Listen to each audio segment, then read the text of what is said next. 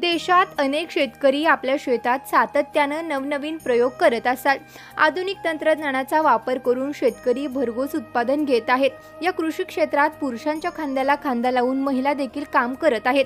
महिलाही शेतीतून भरघोस उत्पादन घेत आहेत। कोल्हापूर जिल्ह्यातील कागल तालुक्यातील रुपाली माळी या महिला शेतकरी त्यांच्या अथक परिश्रमाच्या जोरावर त्यांनी एक यशस्वी सेंद्रिय शेतकरी म्हणून स्वतःची ओळख निर्माण केली।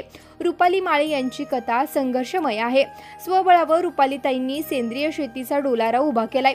घरच्या घरी गांडूळ खत आणि इतर सेंद्रिय खतं तयार करून सेंद्रिय शेती करायची आणि उत्पादित मालाला बाजारपेठ उपलब्ध करून द्यायची, हा इतका मोठा पसारा रुपालीताई खंबीरपणे सांभाळतात। याशिवाय अनेक महिलांना ट्रेनिंग देण्याचं कार्यही त्या कंपनीच्या माध्यमातून करत आहेत। एक प्रगतशील शेतकरी आणि एक स्त्री म्हणून त्यांचं हे कार्य खरंच थक्क करणारं आहे।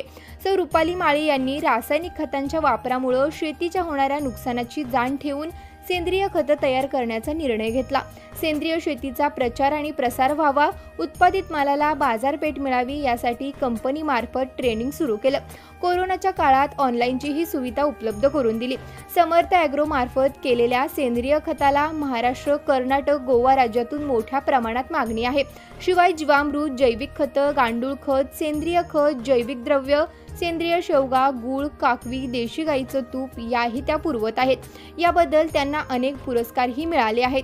शिवाय सेंद्रिय शेतीचा प्रचार करण्यासाठी एक मार्गदर्शिका म्हणूनही त्या उत्तमरित्या कार्य सांभाळतात। रुपालीताईंचे शिक्षण पूर्ण झाल्यानंतर खरं तर नोकरी करण्याच्या विचारात असताना त्यांनी आपल्या विचारसरणीला फाटा देत कुटुंबियाच्या मदतीनं हे पाऊल उचललं आणि त्या यशस्वी झाल्या।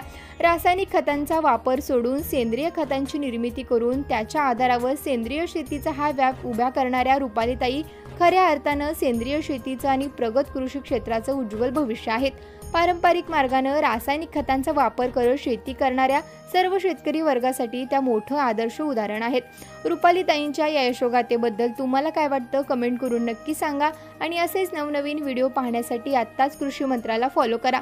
त्याचबरोबर आमच्या फेसबुक आणि इंस्टाग्राम पेजलाही फॉलो करा।